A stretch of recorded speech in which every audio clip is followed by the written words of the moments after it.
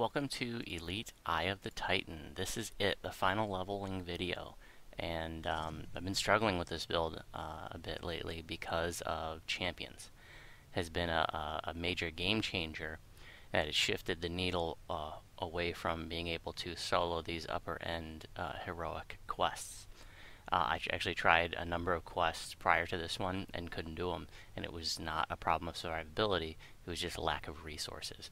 My mana bar wasn't enough to get the job done, and my saves and DPS aren't where they might otherwise should be on a TR, so that was a little bit of an issue too.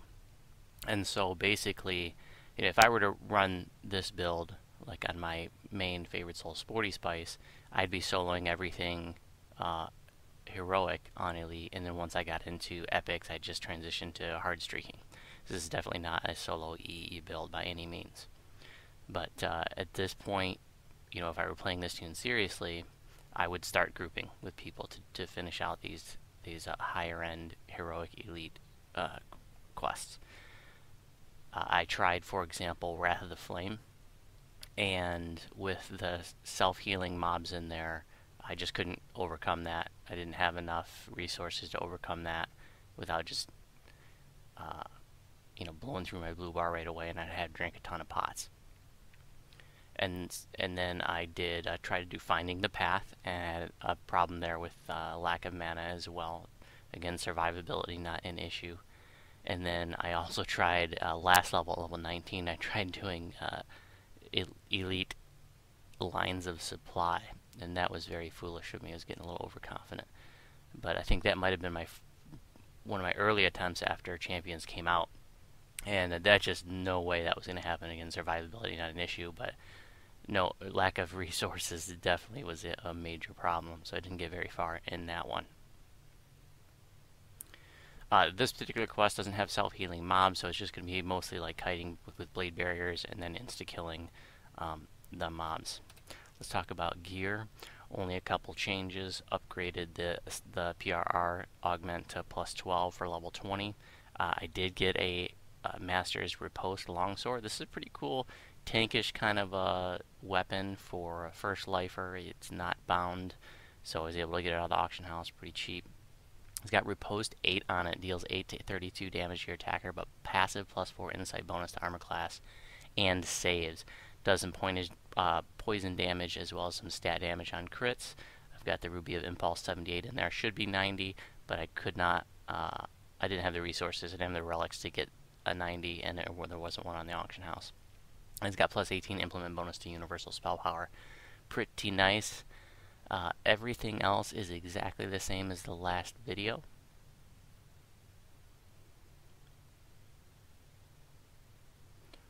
Also want to show you that I never used any of the store purchases stuff that I got for buying the expansions. It's all still there, unused. I want to say big thanks to Secret Santa K for sending me some very generous supplies. It was sort of after the fact. The videos that I have on YouTube right now are only up to like level 14, and at that point, I'm still looking for like shield fragments and home pages, but the project is pretty much done at this point. So I also really wanted to just sort of do things on my own to really put myself in the shoes of a first lifer. But one person did give me the last shield piece I needed. That was pretty awesome. But thanks again, Secret Santa. Very, very thoughtful. Oh, got the AC up to 70 now. That's not too bad. PRR 103 and magic resistance 67. For my final spells, I chose mass heal. I'm not going to be healing too many groups, but that's the spell I would have otherwise taken, an energy drain.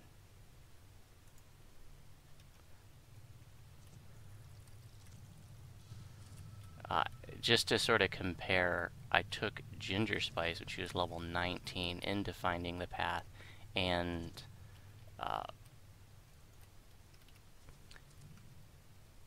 Wrath of the Flame, and I was able to solo them on Ginger at level 19, but it did take all of my resources. I had to use all of my mana clickies to get it done. I would normally blow through those before Champions, but after Champions has definitely made things more of a challenge, which I do appreciate. I'm really I really like the champions, but I know there's a lot of people that are just screaming about them.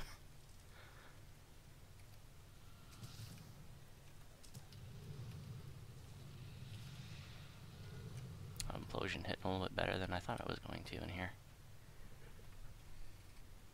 I don't have a very good save, so it would be, let's see, the blade barrier is 30, and so that means implosion would be 33.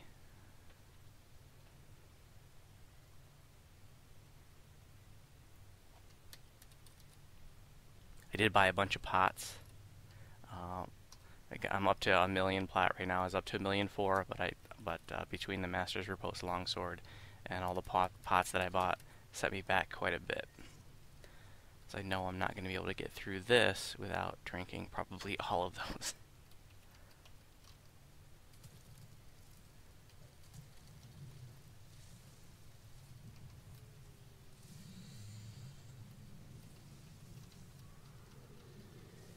I really want to get rid of these fire guys so I can cast my fire spells. Because they get healed by fire, and then the green ones get healed by acid, and the yellow ones get, or the white ones get healed. The whitish blue ones get healed by cold.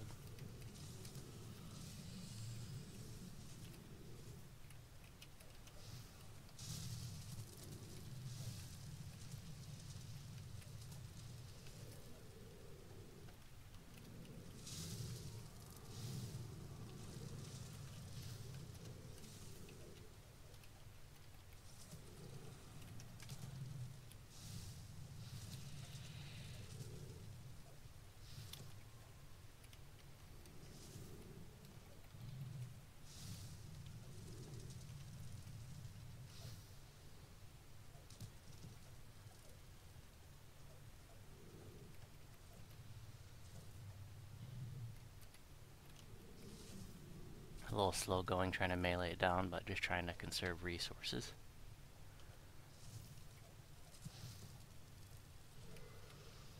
I'm going to try to do one more video.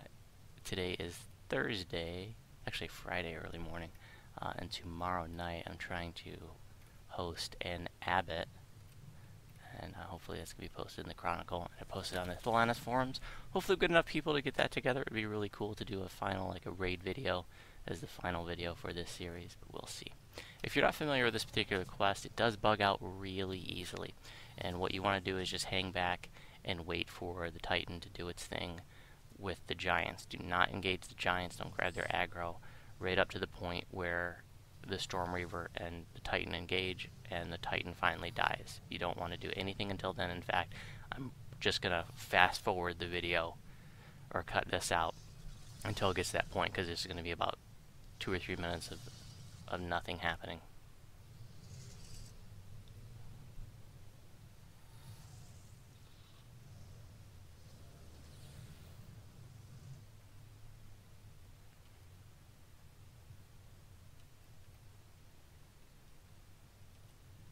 And you just want to hang back about right here and wait for all the action to finish.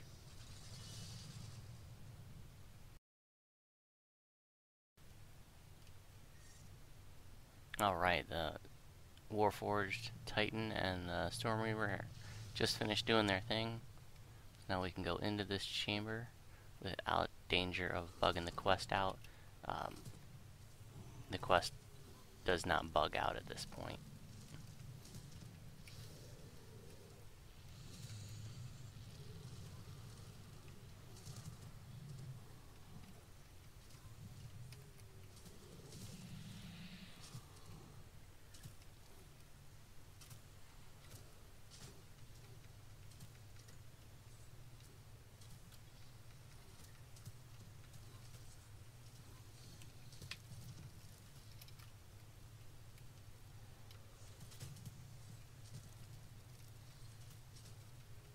A lot of these mobs will kite through blade barriers pretty well. The dream, the elemental dream guys, I forget what they're called. They don't kite around so well. So they just want to range you.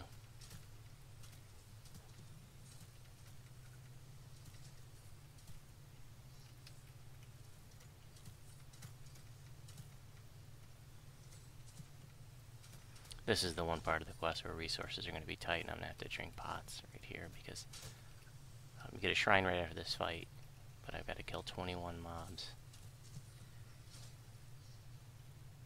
20 more now to get to it.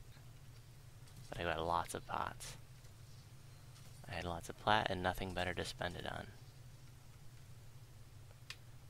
I've mentioned in I think some of my other recent videos, I'm doing a cleric on this final Sun Elf life for Ginger, and I'm just loving it. All the SLAs are so nice. I hadn't played cleric since before Druids came out. Ginger was a capped Radiant Servant, and didn't really like it. Only played her when all my other healers were on timer for raids. But the new Prestige line, which I can't remember the name off the top of my head, but I've been having tons of fun with it. Makes me wish I had done that instead of this for this project, because the SLAs would have been a big game changer in terms of resources.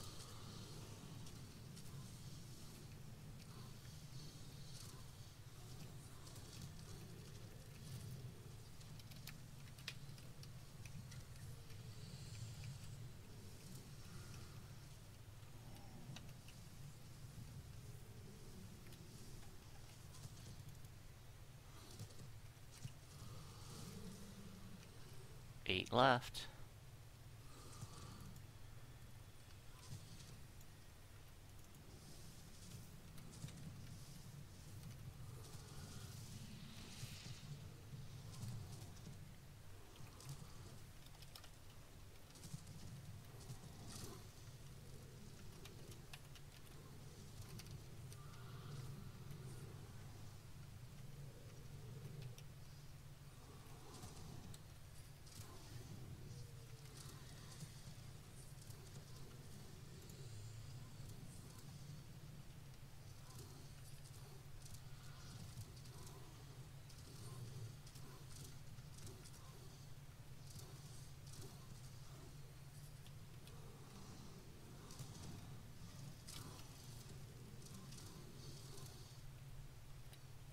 With my favorite soul, Sporty Spice, on Sarlona. I mean, she's capped, and I just use her as a healer and a tank, and some supporting casting DPS as well. But she can tank things like Epic Elite Demon Queen and Elite Tower of Despair bosses, Epic Hard Dragons in Fall of Truth, and then Epic Hard Dragon in Temple of Deathworm. Haven't tried Epic Elite with that particular tune. Probably wouldn't work out so well. I think her AC is like in the 150-ish range. PRR is about 200. Alright, I didn't have to drink as many of those pots as I thought I was going to have to.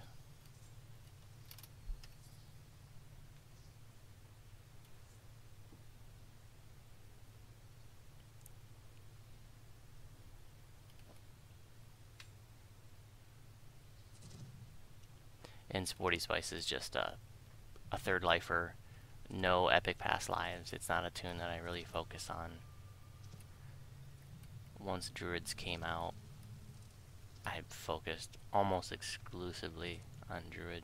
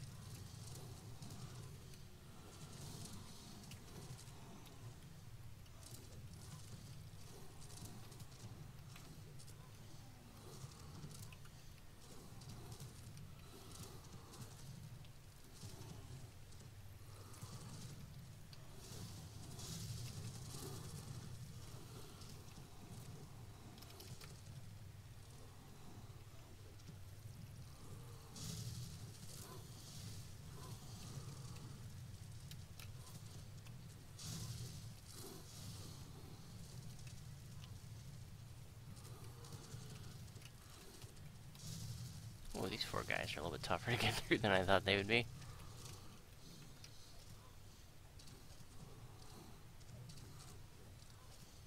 I'm just gonna melee this guy down to save resources. So here, what you can do is you can step forward and activate the boss, and then come back to about right here. And then just he'll come back, and then you don't have to fight the trash. You can just fight him separately, but I'm just going to go in there and kick in the door. So you just wait for him to start talking, and then you step back, you know, halfway down the hall and arrange him back to you, and you only have to deal with him.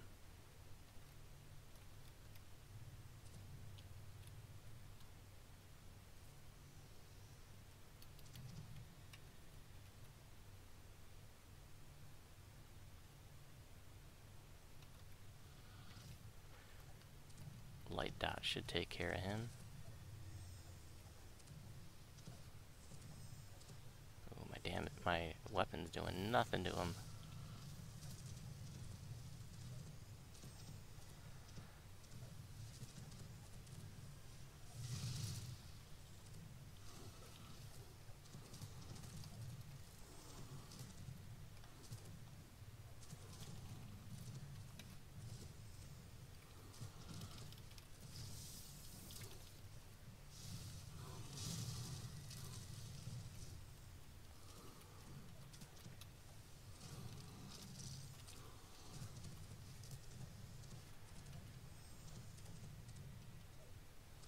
He's going to do charisma damage to you, so you want to make sure you stay on top of your stat damage, otherwise you're going to be helpless and very sad.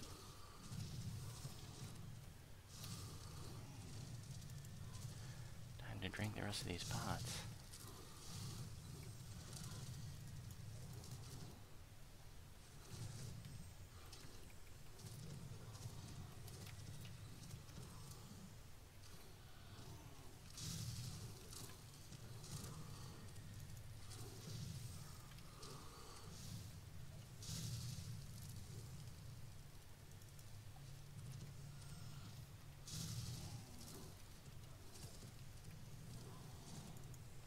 Down to 2 pots.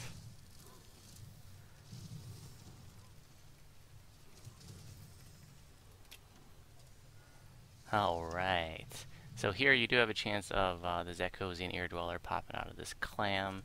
It is a very rare occurrence, but it can happen, so you'll put a blade barrier down or something, or just be ready for that sucker to crawl out. If you've never seen him, he's a little bug that you know, a few seconds after you open it, he'll start crawling away. And he makes a really funny, like a weird sound. It's not a sound like anything else you've heard in the game. Almost sounds like a Pac-Man kind of thing or something. And if he crawls away too far, he's gone. You got to kill him before he goes away. And don't try to use rays or something. I'd make sure you use like insta kills or something. It's not gonna miss because he's moving and moves kind of quick, and he can move out of the way. Thanks for watching.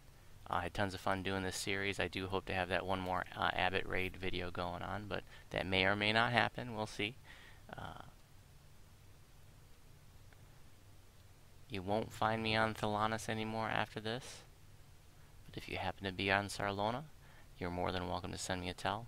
And if you have any questions about any of my videos, you can respond on YouTube.